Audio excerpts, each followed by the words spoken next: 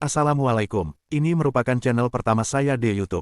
Terima kasih sebelumnya, mohon untuk like subscribe channel ini. Mari kita renungkan sejenak kenapa di Indonesia pada zaman dahulu kala, atau lebih tepatnya di abad pertengahan tidak ada ilmuwan yang hadir di Indonesia. Seperti kita kenal bahwa banyak ilmuwan besar hadir di dunia barat dan timur tengah.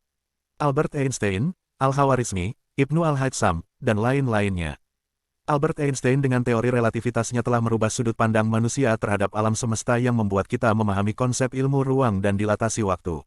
Muhammad bin Musa Al-Khwarizmi, bahasa Persia, adalah seorang ahli dalam bidang matematika, astronomi, astrologi, dan geografi yang berasal dari Kufah, Irak. Lahir sekitar tahun 780 di Khwarezmia, sekarang Hifa, Uzbekistan, dan wafat sekitar tahun 850 di Baghdad.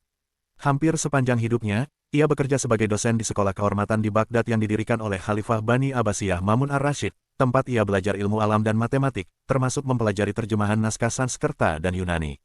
Abu Ali Al-Hasan bin Al-Haytham, bahasa Arab, atau Ibnu Al-Haytham Basrah, 965 Kahirah 1039 di Barat lebih dikenal dengan nama Al-Hasan.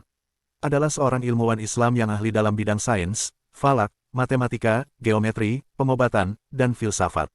Ia banyak pula melakukan penelitian mengenai cahaya, dan telah memberikan banyak inspirasi pada ahli sains barat, seperti Roger Bacon, dan Kepler dalam menciptakan mikroskop serta teleskop. Pertanyaan di mana Indonesia pada abad itu, kenapa di Indonesia tidak melahirkan ilmuwan seperti mereka? Mari kita bahas. Abad pertengahan dalam sejarah Eropa berlangsung dari abad ke-5 sampai abad ke-15 Masehi. Abad pertengahan bermula sejak runtuhnya Kekaisaran Romawi Barat dan masih berlanjut manakala Eropa mulai memasuki abad pembaharuan dan abad penjelajahan. Sejarah dunia barat secara tradisional dibagi menjadi 3 kurun waktu, yakni abad kuno, abad pertengahan, dan zaman modern.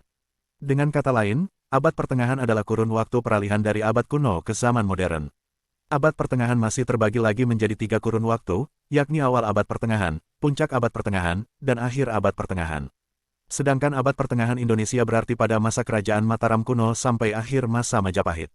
Kita tahu sendiri bahwa sejak masa Mataram kuno, kita sudah bisa terbilang maju dalam berbagai hal, seperti birokrasi politik, irigasi, pertanian, perdagangan, dan lain-lain. Kita juga tahu mengenai ekspedisi Pamalayu yang mana sebagai usaha Singhasari dalam menjalin hubungan dengan wilayah lain di sekitar Semenanjung Melayu.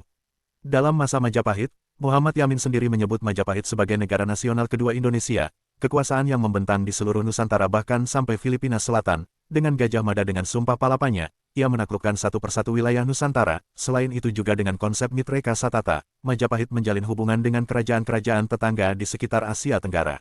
Sebenarnya sulit untuk menggambarkan secara detail, karena sumber dari sejarah Indonesia abad pertengahan adalah Kitab Negara Kertagama dan Kitab Pararaton yang tentu saja ada sisi subjektivitas dari penulis kitab tersebut yang mana menjelaskan hal-hal baik saja, seperti pada kasus Perang Bubat di mana malah diceritakan pada Kidung Pasundan yang mana kita tahu bahwa Perang Bubat atau tragedi Bubar membuat hubungan antara Jawa dan Sunda memburuk bahkan berabad-abad setelahnya, mungkin sampai masa kini.